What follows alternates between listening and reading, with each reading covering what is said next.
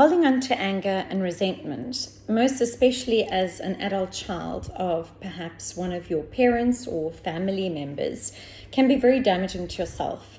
Holding and storing that anger actually poisons your body. Research has shown that anger is responsible for migraines, pains within the body, pains that are both muscular, both neurological, can cause certain tumors, can cause certain cancers. So the question is, when you are angry with somebody and you've been holding on to this anger for years and you've been manifesting and harboring this resentment, how is that actually harming the other person? Because in effect, the only person that's harming is yourself, because that resentment is storing in your body.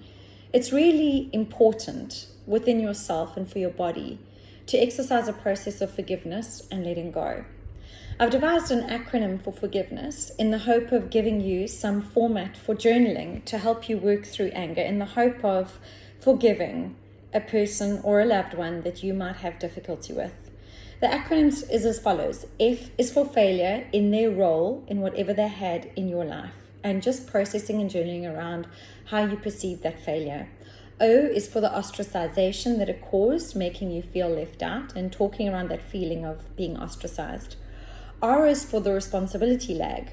What were they responsible for that in your opinion they didn't take responsibility for? As this usually fuels a lot of relationships that have regressed and no longer exist. G is greed.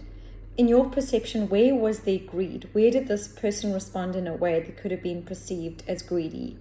I is introspection, looking in on the relationship. What do you see? What do you see from your role? What do you see from their role? V is the volatility. Where could you recognize aspects of volatility within the relationship which fueled the anger and the resentment and the damage in the relationship?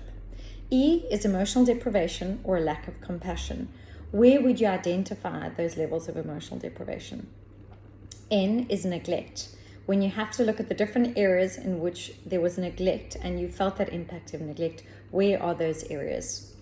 E is egocentrism. Egocentrism is a sense of self-involvement. Where do you believe they put their egos first as a priority?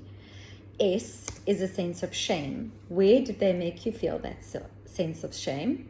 And then S is self-involvement. Where are the different ways that they actually just totally involved their sense of self, or you did?